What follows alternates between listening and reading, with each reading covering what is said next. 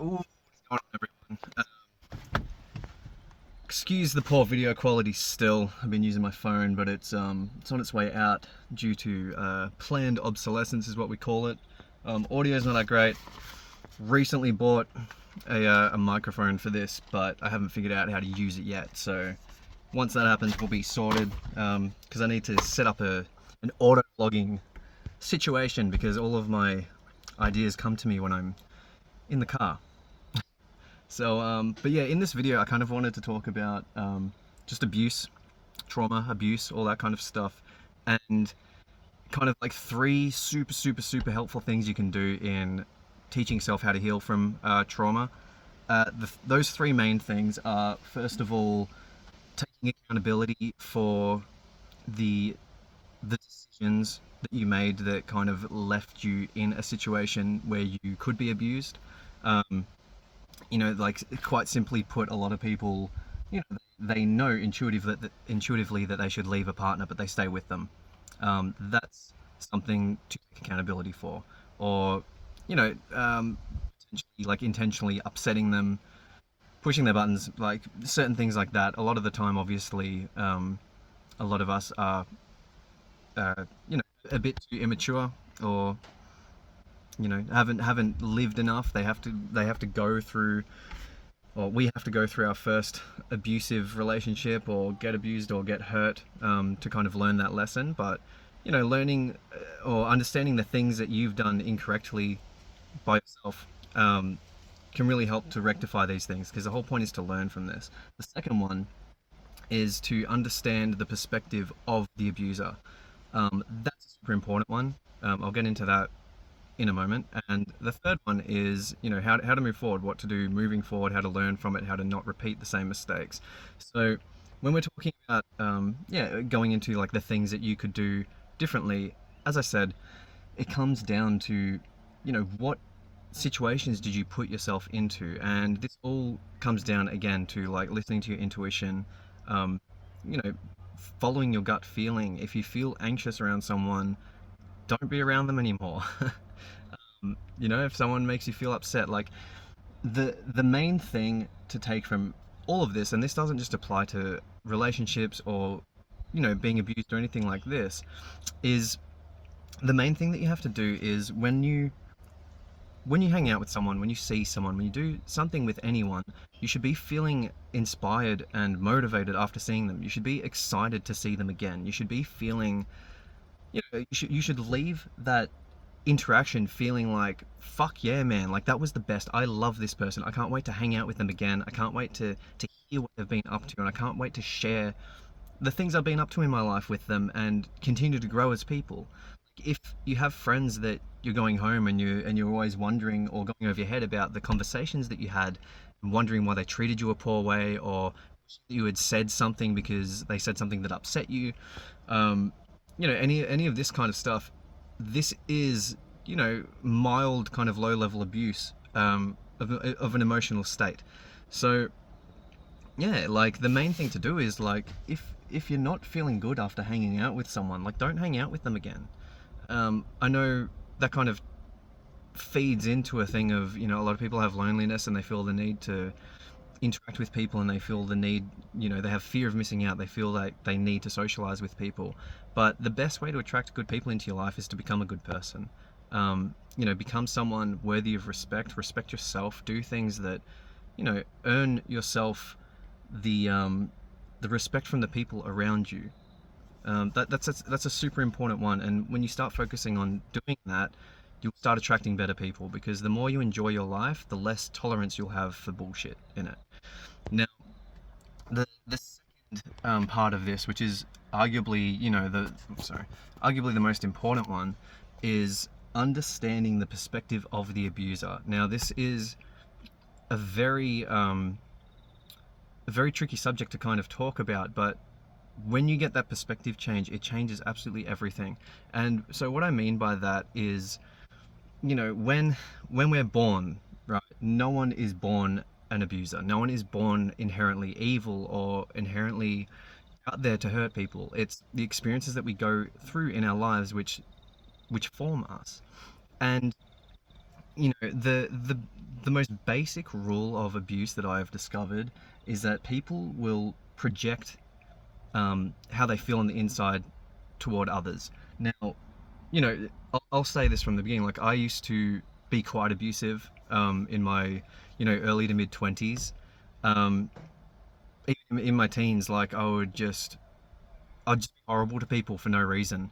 Um, and it's not that I was even, like, intentionally doing it. It was that I didn't actually know what I was doing, and I didn't actually know any different. And this all came from things I went through in my childhood. It went through being bullied. It came from, um, perhaps seeing or learning from the relationships in my family, the way that my parents maybe treated one another, how me and my siblings or my sister kind of treated one another, and it forms you into a person who will simply just either emulate or reflect how they feel on the inside. And how I was during these times is I was not a happy person. I was very insecure. I was very possessive. I wasn't happy within myself. I wasn't creative. I was very frustrated, and I projected that to the people around me without even realizing what I was doing. It was just what I did because that's all I knew. And when it comes to abuse, the way that this all works is that someone who is abusive, the the way that they get to this place is that they've been through trauma in their lives.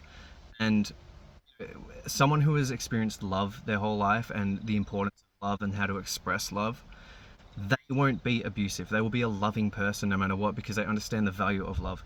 Whereas if someone has been abused throughout their lives, that is how they're going to continue to exist throughout their life. So, and I can guarantee you that all the people who have abused you in your life, at least 99% of them, there might be like a very niche percentage, but that's a very like specific case to the person. But I can guarantee that anyone who is horrible to you, anyone who has abused you, anyone who has like hurt you in some kind of way, were hurting themselves from something that they had been through. Because when we're young, we go through these traumatic experiences. It does, bullying, abuse, sexual abuse, physical abuse, emotional abuse, all this kind of shit. And when you go through that kind of stuff and you don't address the root cause of the trauma, you evolve into someone who doesn't know how to react or articulate the way that they feel as they grow up, and it snowballs into this effect. Like, if someone is, they have a fear of abandonment, let's say, that's going to affect their relationships, and each relationship they're in is going to turn into something negative, and they're going to only go through further negative experiences until they learn how to address that trauma. And so it creates this trauma cycle where abuse victims become the abusers, and that's essentially how it works. And so in the case of anything you've been through, like, say there's a particular abuser that comes to mind, put yourself in their shoes.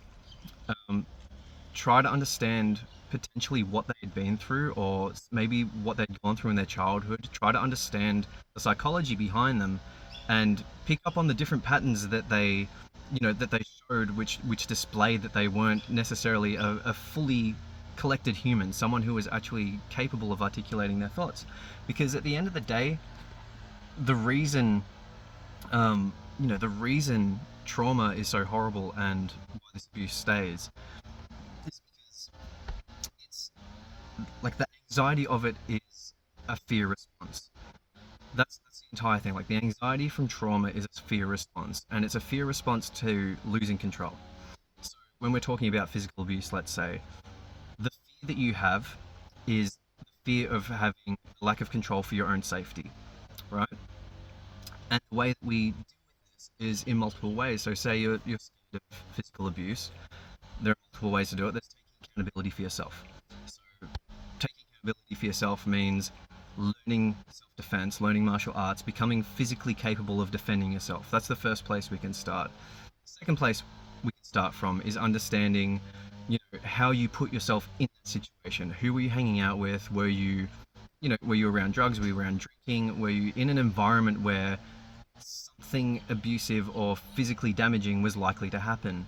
Take accountability for the places that you found yourself in, the people that you were around, and the things that you were getting up to. And the third one is to understand who your abuser was, what they had been through. Because when you have this fear, and it happens without even realizing, because when people are abusers, you would not believe the level of mental gymnastics that goes into um, validating the things that they were doing. I know that when I was, an abusive person back in the day, I had justified literally all of the horrible shit I was doing because, this person acted in that way and therefore it was fair that they did that, or they didn't listen to me and I deserve more respect. And because they don't respect me, that means that I can act in this way and do this kind of stuff.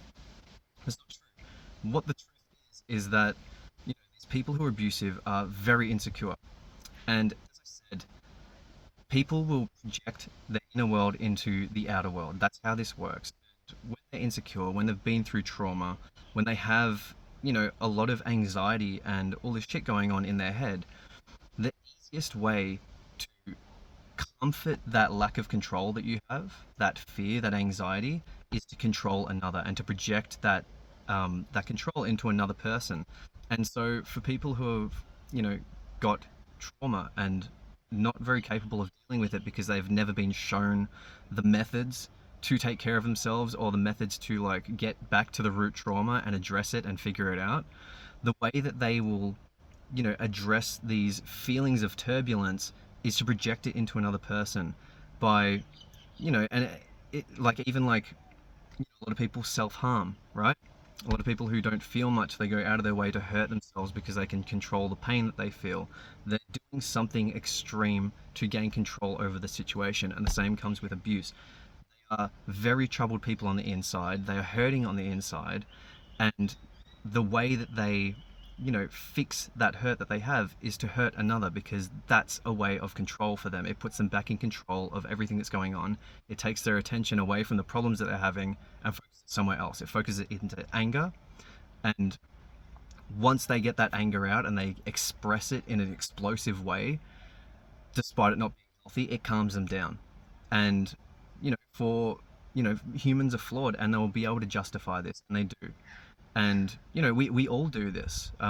Sometimes even like being angry at an animal for doing the wrong thing, or being angry at your partner, or like cracking the shits at work, or like literally anything. We find very strange ways to deal with our emotions. But once you kind of understand that the reason people hurt one another is because it's a projection of their own inner world, you can begin to understand and you can begin to view the person who abused you, who you're so scared of, or who you've got like all these traumatic feelings about. You can begin to view them as a victim themselves, because that's truly what they are at a young age. Or it doesn't have to be young, but at some point in their life they went through some horrible shit that they never developed the skills or were taught the skills how to deal with, and it snowballed into a horrible inner turbulence in their life, and the only way that they know how to deal with it or cope with what they're going through is to abuse other people. And when you understand this, and you understand that abusers are not these like big scary people who are consciously going out of their way to hurt people, and that they're just actually like very frightened, children in adult bodies, you can begin to kind of understand their psychology. It makes them significantly less scary, and you can also understand the core of where that abuse came from. And when you understand the core of the abuse, you're no longer out of control of it. You understand it, you understand how to prevent it again, you understand what you can do, what steps you can take to make sure that it never happens again, and you can begin the healing process in the most beautiful way possible, where you're taking accountability for yourself, you're understanding that you weren't the problem, because a lot of the time, abusers will abuse whoever's there. If they weren't going to abuse you, it would have been someone else. And because that's the way they work. Sorry. But yeah, so again, like, if you're going to view abusers as victims of trauma and, send love toward them rather than hatred, and be healing and try and help, obviously only to an extent if you choose to, but understanding that abusers are simply abuse victims entering the cycle, And, you know, if you're not careful and if you're, aware of this, you can become this as well. But the whole point is to heal from this, is to understand the root of it, is to understand all these kinds of things. And thirdly, escape the cycle, use the things that you've been through to help the people around you. Take the abuse you've been through and turn it into, you know, a way to help the people around you, because everyone's lost in the world. People, every experience is so individual that it's very easy for people to kind of just believe that they are alone in what they're doing. They believe that no one has gone through what they've gone through and that no one can help them and that they're on their own. And, this is why they turn to drugs and other like coping mechanisms to distract themselves, or they go to antidepressants or SSRIs and, all these like really bad medications for yourself. Whereas all they really need to do is understand what the root of their trauma is. And say you've gone through something horrific in your life and you've managed to find a way to make a positive out of it, how to heal yourself and show that it is possible to heal from such horrible traumas. When you come across other people who have been through some horrible stuff that can empathize or sympathize with you, or that you can sympathize with them, you can show them that it is possible to heal. And once you do this, you can change the lives of people in such a drastic way. You can inspire people, you can show them that they're not alone, and you can show them how to heal their own lives and begin that ripple effect where they can begin to heal the people around them too. So that's this video. It's all about abuse, but yeah, again, take accountability for the actions that you may have done, even if they were subconscious, even if you weren't even aware of what you were doing. If you were in situations where inherently deep down you shouldn't have been in them, take accountability from that, reflect on it, figure out why you were in those situations, what insecurities you had that made you stay with certain people or around certain people or do certain things, and learn from it and don't repeat those mistakes. Secondly, look at the abusers that you've possibly been around or received abuse from, and change your perspective of them. Don't look at them as these horrible people who are, just out to hurt and they're evil. They weren't born evil. They simply went through some horrible things in their lives and they were never taught the ways to heal from them, or to, articulate the way that they feel, or to heal themselves. And because of that inner turbulence, that inner anxiety, that inner pain that they always felt, they projected it outward in order to help ease the suffering that they were feeling in their lives. So these are the two main things, just to remember that. And again, third of all, help people around you. Turn your wounds into wisdom. Turn your experiences into a healing, a healing environment for the people who have gone through something you've gone through, and begin healing the world. The only way to really make an impact is to start with the self and work outward from there. So that's it for this one. I'll have better audio next time. Go check out all the links below. Check out the Redefining Spirituality podcast, and I'll catch you in the next video. Peace.